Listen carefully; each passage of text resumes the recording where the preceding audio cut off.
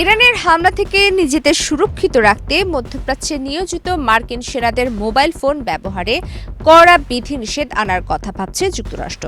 এমনকি প্রয়োজন হলে সেনাদের ফোন বাজেয়াপ্ত করারও পরিকল্পনা করা হচ্ছে। আন্তর্জাতিক বার্তা সংস্থা রয়টার্সের এক প্রতিবেদনে এমনই চাঞ্চল্যকর তথ্য উঠে এসেছে। মার্কিন সেন্ট্রাল কমান্ডের প্রধান অ্যাডমিরাল ব্র্যাড কুপার সেনা সদস্যদের সতর্ক করে জানান, করোনা বা যে কোনো ভাইরাসের এগেইনস্টে ফাইট মানি ব্যাকট্রলের লেফট রাইট। সামাজিক যোগাযোগ মাধ্যমে পোস্ট করা সাধারণ ছবি বা ভিডিও ইরানের জন্য অত্যন্ত মূল্যবান তথ্যে পরিণত হচ্ছে। এসব পোস্ট থেকে ইরান মুহূর্তের মধ্যেই তাদের মিসাইল ও ড্রোন হামলা কতটা সফল তা জানতে পারে। এই কারণে জর্ডানে অবস্থানরত কিছু মার্কিন সেনাকে ইতিমধ্যে জানানো হয়েছে যে প্রয়োজনে তাদের মোবাইল ফোন সাময়িকভাবে জব্দ করা হতে পারে। একই ধরনের ব্যবস্থা মধ্যপ্রাচ্যের অন্য এলাকাতেও নেওয়া হতে পারে বলে আলোচনা চলছে, তবে এখনও এই বিষয়ে চূড়ান্ত সিদ্ধান্ত নেওয়া হয়নি। গত 17 জুলাই জর্ডানের একটি মার্কিন ঘাঁটিতে ইরান হামলা চালালে এক সেনা সদস্য মেটাল স্মার্ট গ্লাস দিয়ে বাংকারে আশ্রয় নেওয়ার ভিডিও করে ইনস্টাগ্রামে পোস্ট করেন।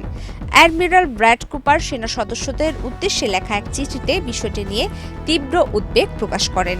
তিনি জানান, ভিডিওটিতে স্পষ্ট দেখা গেছে সেনারা ঠিক কোথায় এবং কিভাবে আশ্রয় নিচ্ছেন, যা প্রতিপক্ষের জন্য এক অমূল্য সামরিক তথ্যে পরিণত হয়েছে।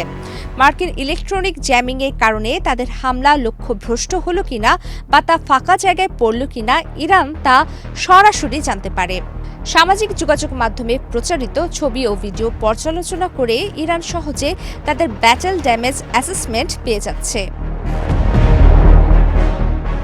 কুপার বলেন, ইরান ক্ষেপণাস্ত্র ছোড়ার পর সবসময় জানতে পারে না সেগুলো লক্ষ্যবস্তুতে আঘাত করছে কিনা, কিন্তু সামাজিক যোগাযোগ মাধ্যমের পোস্ট, প্রত্যক্ষদর্শীদের তথ্য এবং বিস্তারিত সংবাদ প্রতিবেদন থেকে তারা সহজেই হামলার ফলাফল বিশ্লেষণ করতে পারে।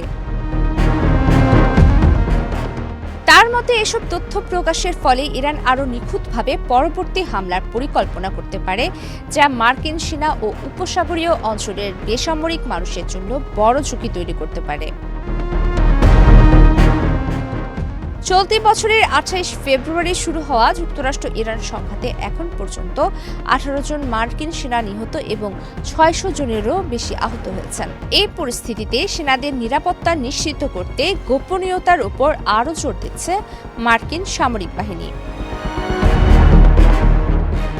প্রমিতি কিবরিয়া ইসলাম, বাংলাদেশ প্রতিদিন।